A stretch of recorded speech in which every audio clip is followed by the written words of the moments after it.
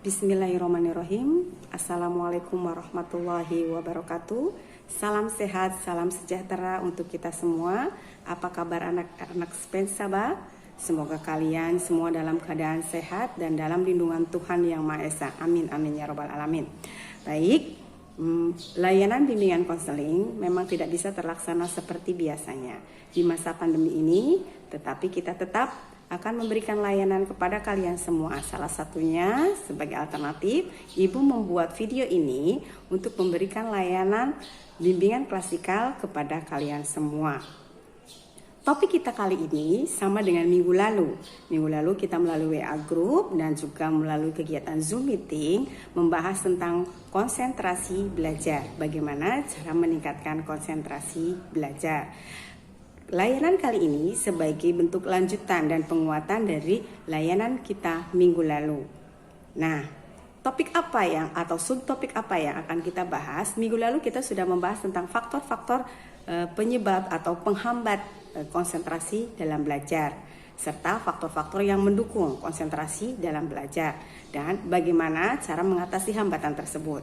Pada kegiatan kali ini, materi kali ini yaitu bagaimana strategi atau cara yang akan kamu ambil atau yang akan kamu buat, yang akan kamu pilih untuk meningkatkan konsentrasi belajar kamu, konsentrasi saat belajar. Baik, semoga nanti apa yang akan kita lakukan kali ini dapat bermanfaat untuk kita, khususnya dalam upaya meningkatkan konsentrasi belajar. Karena tujuan dari layanan ini selain kamu mengetahui faktor penyebab atau mendapatkan atau cara untuk mengatasi faktor tersebut, juga kamu bisa meningkatkan konsentrasi belajar kamu. Banyak cara yang bisa kita lakukan untuk meningkatkan konsentrasi belajar. Dan cara itu berbeda antara satu orang dengan orang lain. Mungkin sama, sesuai dengan kondisi dan keadaan diri masing-masing. Banyak sekali cara untuk meningkatkan konsentrasi belajar. Strategi atau cara orang satu dengan orang yang lain bisa berbeda, karena semuanya disesuaikan dengan keadaan diri dan disesuaikan dengan hambatan yang terjadi pada dirinya. Kemudian, ada beberapa macam cara atau strategi sebagai upaya untuk meningkatkan konsentrasi belajar. Seperti halnya menyiapkan segala sesuatu sebelum belajar, menghilangkan beban atau tugas atau PR-PR yang menumpuk, kemudian menanamkan minat dan motivasi terhadap diri sendiri, kemudian menjaga kondisi tubuh ya biar tidak terlalu capek, kondisi tubuh yang sehat, kemudian memilih tempat yang nyaman dan yang lainnya. Ibu akan menjelaskan beberapa strategi atau cara yang sudah digunakan oleh beberapa teman kalian. Baik, yang pertama yaitu kesiapan belajar. Siapkan segala sesuatu yang kalian perlukan untuk belajar, seperti pensil, buku, pulpen, dan yang lain-lainnya. Jangan sampai saat kamu sedang belajar, kamu mencari pulpen atau penggaris sehingga dapat mengalihkan konsentrasi belajar kamu.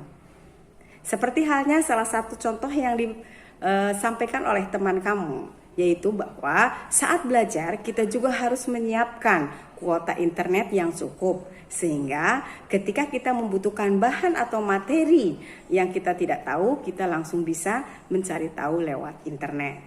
Ya, itu salah satu alternatif dari teman kamu. Yang kedua, ketenangan diri.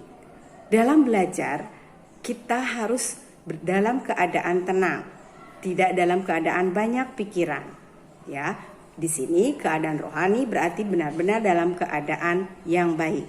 Salah satu contoh yang diberikan oleh teman kamu yaitu dia belajar, sebelum belajar dia beribadah dulu, berdoa, sambil meminta doa kepada Tuhan sehingga dia mendapatkan ketenangan diri. Yang ketiga yaitu suasana yang cocok untuk belajar. Pilihlah tempat yang nyaman untuk diri kalian sendiri. Ya, yang merasa nyaman dimanapun itu tempat belajar, yang nyaman untuk kamu, silahkan kamu pilih. Tidak harus di tempat belajar, tapi kalau memang kamu nyaman di tempat belajar, silahkan. Andaikan ada tempat yang lebih nyaman, misal di luar, yang udaranya segar, di ruang tamu yang lebih luas, silahkan kamu pilih. silahkan kamu belajar di tempat yang lebih nyaman karena itu akan menambah konsentrasi belajar kamu. Tips yang keempat atau cara yang keempat, strategi keempat, menyediakan 9 saat belajar. Ini banyak sekali dipilih oleh beberapa teman dari kalian. Tapi jangan salah memilih minuman atau makanan saat belajar. 9 saat belajar memang diperlukan karena untuk mengganti energi atau tenaga yang habis terpakai saat berpikir, saat belajar. Minuman makanan yang seperti apa? Cukup minum air putih, tidak usah kopi atau minuman berenergi karena akan cepat hilang. Kemudian makanannya yang ringan-ringan seperti buah-buahan, biskuit dan yang lainnya. Seperti yang dilakukan oleh teman kamu, dia sekarang sudah memilih makanan dari buah-buahan. Yang kelima, gunakan metode atau cara belajar yang tepat. Coba kalian pilih aktivitas tertentu yang menurut kalian dapat menunjang masuknya materi ke dalam otak kamu. Seperti halnya yang dilakukan oleh teman kamu ini, yaitu dia membuat rangkuman materi sehingga dia bisa lebih fokus. Atau mungkin ada yang lain, belajar dengan mendengarkan musik. Yang keenam, yaitu memotivasi diri sendiri dengan cara memberi semangat kepada diri sendiri. Banyak cara untuk memberi semangat pada diri sendiri, seperti halnya yang dilakukan oleh teman-teman kamu. Seperti melihat cita-cita, dengan melihat cita-cita semakin semangat. Kemudian melihat perjuangan orang tua sehingga memotivasi diri untuk terus belajar dan berhayal mungkin menjadi orang sukses. Itu sebagai salah satu untuk cara kita memotivasi diri sendiri. Yang ketujuh adalah rapikan tempat belajar.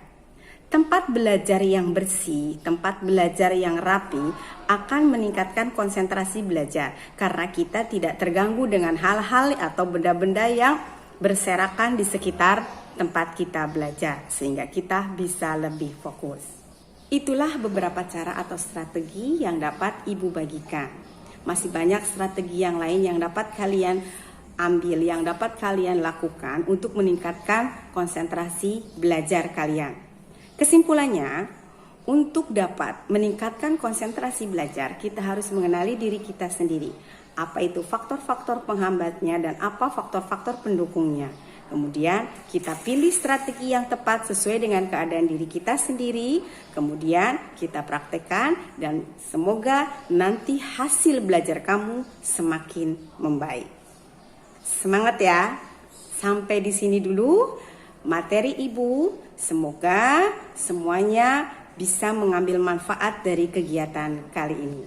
Sampai bertemu pada kegiatan berikutnya. Assalamualaikum warahmatullahi wabarakatuh.